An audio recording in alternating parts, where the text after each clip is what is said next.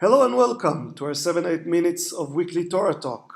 Our guest today is Rabbi J. Kornsgold of the Beit El Synagogue in East Windsor, New Jersey. Hello, Rabbi. Thank you for being with us. Pleasure to be here. Our parsha is Vayetze. It's an eventful parsha. In this parsha, we accompany Yakov, Jacob, in his journey as he escapes from Esav. On the way to Haran, he encounters the place, Hamakom, and sleeps there, dreaming of a ladder connecting heaven and earth with angel climbing and descending on it. In Haran, Jacob stays with his uncle, Lavan. Lavan agrees to give him his younger daughter, Rachel, whom Jacob loves, in marriage, and he does it in return for 7 years of labor. But on wedding night, Lavan gives Yaakov his elder daughter, Leah, instead of Rachel. Jacob only marries Rachel after agreeing to work for another 7 years. Leah gives birth to 6 sons and a daughter, while Rachel remains barren. Rachel gives Yaakov her handmaid, Bilhah, as a wife to bear children in her stead, and 2 more sons are born.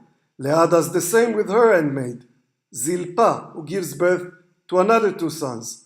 Finally, Rachel's prayers are answered and she gives birth to Joseph. Jacob wishes to return home, but Lavan persuades him to remain, now offering sheep in return for his labor. Jacob prospers, but after 6 years he leaves Haran in stealth.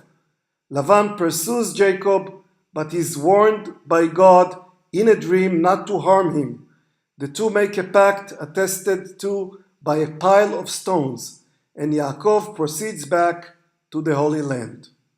The first pasuk of this parsha says, Vayetze Yakov mi Beersheva vayelech Harana, and Jacob left Beersheva and he went to Haran. So, Rabbi, let's talk about this ladder with angels. We don't usually see angels in the Torah. The Torah mostly speak about man and God. So why do we need this intervention of semi-holy creatures? Well, I think that, like you said, the angels, you don't really see a lot of angels throughout the Torah. But I think the angels, first of all, I think it's very powerful that the Torah says that they're going up and then they're going down. One would think that they're going down before they're going up, and there's various, of course, interpretations about that. One set of angels might have been going up after their mission, another mission, and now another set of angels is coming for this mission to really be there for Jacob. I mean, I think ultimately they become guardian angels. The thing about that ladder is something that really has always struck me. I think that the ladder, in a sense, I think it can represent 2 things. On the one hand, I think it could represent our observance, meaning that, each of us is on our own path. And I look at the ladder as a way for people to continue their observance. You always want to go up. You don't want to go down. There's going to be times when you're going to get stuck. And hopefully you don't go down. Hopefully you just get stuck, hang out there for a while, and then hopefully continue to go up. But always when it comes to matters of holiness, we always really want to go up. So that's on one level. On the second level, I think it also can represent our relationship with God. That each of us really has our own relationship with God, and it's in steps. That the idea is that it's not like one day you wake up and you say, I now have this amazing relationship with God. That each of us has to get there in our own way. And so I think the ladder almost represents little steps. You hope that you will grow in your relationship with God. For some of us, it's going to be slower. For some of us, it's going to be not so slow. But ultimately, we hope that we'll all progress in our relationship with God. So like this holy person of another religion, we carry something, but it's a ladder on our back. Well, I don't know if we carry it specifically, but I think again, as I said, for me, it's it's a great image. I think one of the things that I think it represents is that I think it allows people to really understand, this whole idea of their own Jewish journey in terms of observance, their own Jewish journey in terms of their relationship with God. By talking about a ladder, I think it makes it easier for us to understand. I think when you start talking about God and you start talking about observance, I think a lot of times people kind of get nervous. What are you speaking of? But this way, it's kind of a way to bring it down to people. And I think that people can really relate, I think, to the ladder, and in their own mind, hopefully, to be able to say, we always want to keep moving up. And we know that we're all on a journey. So the ladder, I guess, in a sense, represents that journey. But as a people who pride themselves of following monotheism as their basic concept of God, the angels present us with some kind of a problem, don't they? Well, I mean, you are correct about the importance of monotheism in Judaism. I don't look at the angels in any way as taking the place of God. I think the angels are, we could say that that they're there. I don't want to say, I don't like the idea of saying to assist God. I don't think God needs assistance, right? But they're kind of godlike.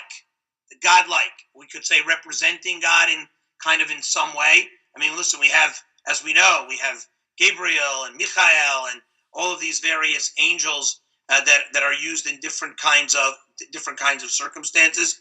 I mean, we know that the three men, they were angels who came to visit, Abraham. Right. We know even from right there, we learn about Bikur Cholim, about visiting the sick, Achnasat Orchim, of him welcoming the guests. So I think the angels, I guess I would say they're almost kind of like assisting God in a certain sense. Right, and when Yakov wakes up in the morning, the Torah tells us what he's doing, but do you get the sense that he's more perplexed by the appearance of the angels, or more thankful, maybe feel more secured because of them? What is the essence of his response to the appearance of the ladder and the angels? Well, I think that as we look at a few verses later, he's awed by this whole concept, and I think that at that moment, one of the things that I think Jacob needed. I mean, after all, he in last week's parsha, he goes and tricks his father, and that's a whole other kind of discussion we can have. Right. And here he has to run away. This poor guy is on the road alone, going to a place he doesn't. I mean, he knows it's his relatives, but a place really he does not know. Well, he's on his way to be tricked by other people, and then exactly. trick them back. Absolutely. And I think that the angels and God provide for him kind of a shelter, knowing that he'll be taken care of on the one hand. But I think that his response after God says, "I'm going to be there with you," is also a very powerful experience, where Jacob comes to realize, wow, God is in this place, and I did not even know it. And I think kind of in our own lives, we don't always realize that God is there with us. And then some of us have more experiences, others of us have less experiences. But I think that we sometimes think that in order for God to be there, it has to be this like out of the ordinary experience where, if we kind of look around us, you wake up in the morning, you go outside, you see some beautiful things. That's very, very godlike. If you stand there, I had when my three kids were born and I was in the room, right? That was that godlike experience. So there's always those we have godlike experiences, but sometimes we just don't realize it. And I think for Jacob, this was a transformational moment for him, at least at this moment, in that he comes, like you said, from the whole trick situation. He's on his way alone. And all of a sudden, I think this is the moment where he's hopefully going to start growing up. I mean, I know we can discuss other things that are going to happen down the road, Right. but that's kind of how I see it. It's really, I think it's a powerful moment for him. Well, I mean, and he says it. It is surely a powerful moment, but do you understand why? One might wonder, why was he picked for, why would God appear before him? He doesn't seem like a righteous person at this moment in time. So why would God pick him among all others to appear before him? I would say that, if we look kind of what the Torah tries to teach us is that, God makes his promise to Abraham, and then through Isaac, and then through Jacob. So Jacob is the heir. It all comes down to what happened last week. In that, why does Jacob get the blessing versus Esau? And then, we look at what Rebecca did, and yet when Rebecca was pregnant, I mean, God basically said the younger one is going to rule over the older one. So I guess we would say that Jacob is the right heir, and God at that moment feels that God needs to be with him at that moment, and hopefully that Jacob will realize that there's an important path for him to take, but that God can't make him take the path. He has to go on the path himself, which goes back to the ladder, where each of us is really on our own path. So maybe this is more of an educational moment. God tells him, you are the heir apparent and you have to grow up. Absolutely.